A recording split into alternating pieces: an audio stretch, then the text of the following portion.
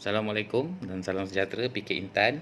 Okey, hari ini cikgu akan ajar unit baru iaitu peta. Okey, secara ringkasnya peta ialah gambaran ringkas yang ada di dalam sesuatu tempat. Okey, untuk tajuk peta ini awak semua akan belajar dua perkara, iaitu yang pertama mengenali simbol-simbol peta dan yang kedua melukis peta. Okey, yang pertama mengenali simbol-simbol. Okey, mula-mula sebelum lukis peta, awak kena tahu keadaan tempat sebenar sesuatu tempat. Tempat sebenar suatu tempat. Awak kena tahu keadaan sebenar sesuatu tempat. Okey, contohnya macam ni. Ini keadaan sebenar. Dia ada keadaan sebenarnya, ada masjid, ada sekolah, ada pejabat pos. Yang hitam ni adalah jalan raya. Kemudian yang kecil-kecil ni adalah rumah, kemudian ada pokok, kemudian hijau ni mungkin hutan. Okey, ini ada tasik dan ini ada sungai. Ini keadaan sebenar. Ini bukan peta. Jadi semua gambaran sebenar ni dijadikan simbol untuk dilambangkan di dalam peta. Jadi bila sungai keadaan sebenar macam ni, tetapi bila dia simbolkan dia akan jadi seperti ini. Simple saja. Okey, kemudian yang ini jambatan, dia akan jadi simbol seperti ini. Okey. Kemudian rumah-rumah ni, rumah banyak kan? Untuk memudahkan lukis dalam peta, dia akan jadi kotak empat segi ni. Kemudian pokok ni, dia akan, ni pokok kelapa mungkin.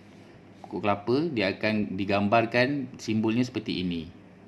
Okey, kemudian yang ini pipi adalah pejabat pos. Okey. Kemudian yang sebelah sini, ini arah mata angin. Yang ini sekolah, SEK sekolah. Kemudian ini adalah simbol untuk masjid. Yang ini simbol untuk jalan raya. Yang ini simbol untuk hutan. Okey, semua ini adalah simbol-simbol yang ada pada peta. Dan ini adalah keadaan sebenar. Okey, jadi macam mana bila keadaan sebenar peta itu dilukis? Daripada keadaan ini, dia akan berubah menjadi keadaan ini. Ini baru kita panggil dia peta. Okey, keadaan yang sebenar tadi ditukar menjadi peta ringkas seperti ini. Kalau awak tengok, keadaannya sama. Ada tasik, ada sungai, kemudian ada hutan di sini dan di sini, kemudian ada jalan raya, kemudian ada masjid, kemudian ada sekolah di sini. Sini ada pejabat pos dan di sini juga ada penempatan-penempatan. Okey, ni ada rumah dan rumah. Itulah maksud cikgu. Peta ni ialah kita menggambarkan keadaan daripada keadaan asal kepada keadaan yang ringkas. Okey. Dan macam mana nak lukis? Pertama sekali awak kena boleh bayangkan macam mana keadaan satu tempat sebelum awak lukis. Okey. Ini sebenarnya walaupun nampak macam tak penting, tapi sebenarnya penting supaya awak tahu keadaan sesuatu tempat. Okey, contoh yang paling ringkas sekali, apa gunanya bila nak kahwin? Betul tak? Bila nak kahwin, awak nak buat majlis, cikgu bagi contoh paling mudah. Bila nak kahwin, awak nak buat majlis, awak nak orang datang rumah awak, awak kena bagi peta macam mana nak datang ke rumah awak, ataupun macam mana orang nak datang ke sekolah kita. Daripada Kulai, daripada Keluang, macam mana jalannya. Kena buat simpang daripada Plaza Tol. Okey, mungkin awak pernah tengok contoh yang paling lain. Contoh lain ialah awak boleh tengok peta pada kad jemputan kahwin. Okey, itu adalah antara contoh ringkas macam mana kita nak lukis keadaan peta. Okey, jadi dalam unit ni awak kena tahu semua simbol-simbol.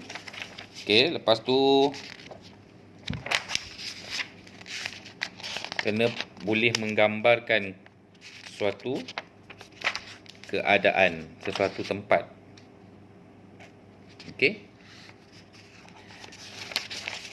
Jadi untuk unit ini sebenarnya simple aja. Sangat mudah, iaitu awak kena tahu semua simbol. Simbol ada banyak simbol ada banyak. Jadi kalau untuk lebih mendalam lagi simbol ni, sebab simbol yang ada dalam buku teks ni sikit, nanti dalam latihan cikgu pun ada lebih banyak simbol. Awak boleh rujuk di dalam internet untuk dapatkan jawapan. Okey? Ataupun mungkin awak boleh gunakan logik akal.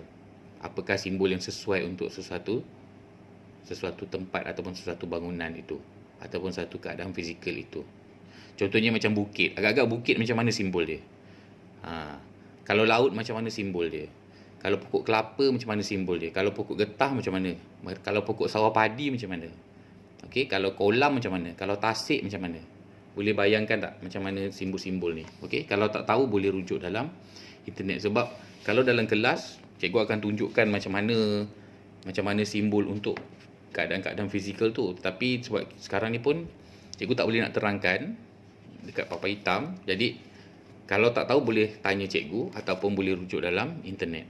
Okey, nanti cikgu bagi latihan, boleh jawab, dan nanti bila naik sekolah kita akan bincangkan jawapannya.